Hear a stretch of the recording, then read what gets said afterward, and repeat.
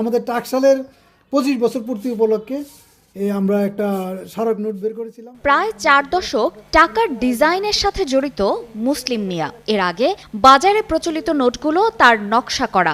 নতুন নোটগুলোর নকশা প্রণয়ন কমিটিরও সদস্য তিনি। জানাচ্ছিলেন আসল টাকার কি কি বৈশিষ্ট্য থাকে, যেগুলো জানা থাকলে যে কেউ আসল টাকা শনাক্ত করতে পারবে। একটা স্মারক নোট, এইটা ডিজাইন আপনি করেছেন? না, এটা কেজি মোস্তফার এইটা করা ছিল। যেসব নোটে স্পেসিমেন লেখা থাকে তার মানে হচ্ছে এটি কোনো বিশেষ উপলক্ষে বের করা এবং ব্যবহার বা বিনিময় যোগ্য না।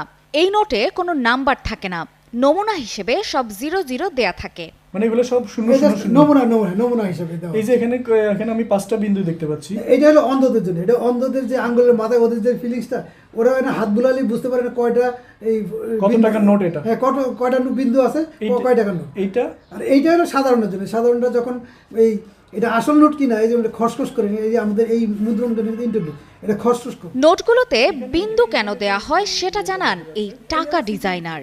স্টেপ দাগগুলো হাত দিয়ে ধরলে খসখস করবে, এটি নতুন নোটের একটি বৈশিষ্ট্য। জাল নোট চেনার জন্য সিকিউরিটি থ্রেট গুরুত্বপূর্ণ বলে জানান তিনি।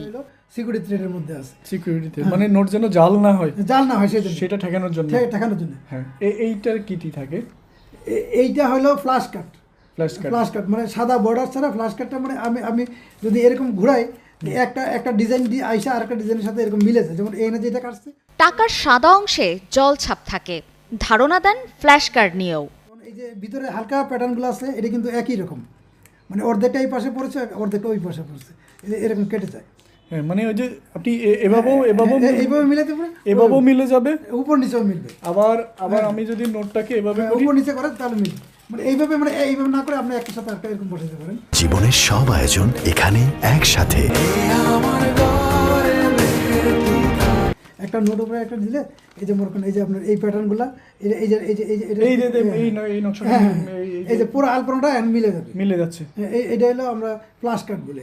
অন্তর্বর্তী সরকার শপথ নেয়ার কিছুদিন পর থেকেই শোনা যেতে থাকে বঙ্গবন্ধু শেখ মুজিবুর রহমানের ছবি ছাড়া নতুন নোট চালু করতে যাচ্ছে বাংলাদেশ ব্যাংক। অবশেষে 1 জুন থেকে বাংলাদেশ ব্যাংকের governor doctor Ahsan H Mansur স্বাক্ষরিত নতুন ডিজাইন ও সিরিজের 1000, 50 ও 20 টাকার নোট বাজারে এসেছে।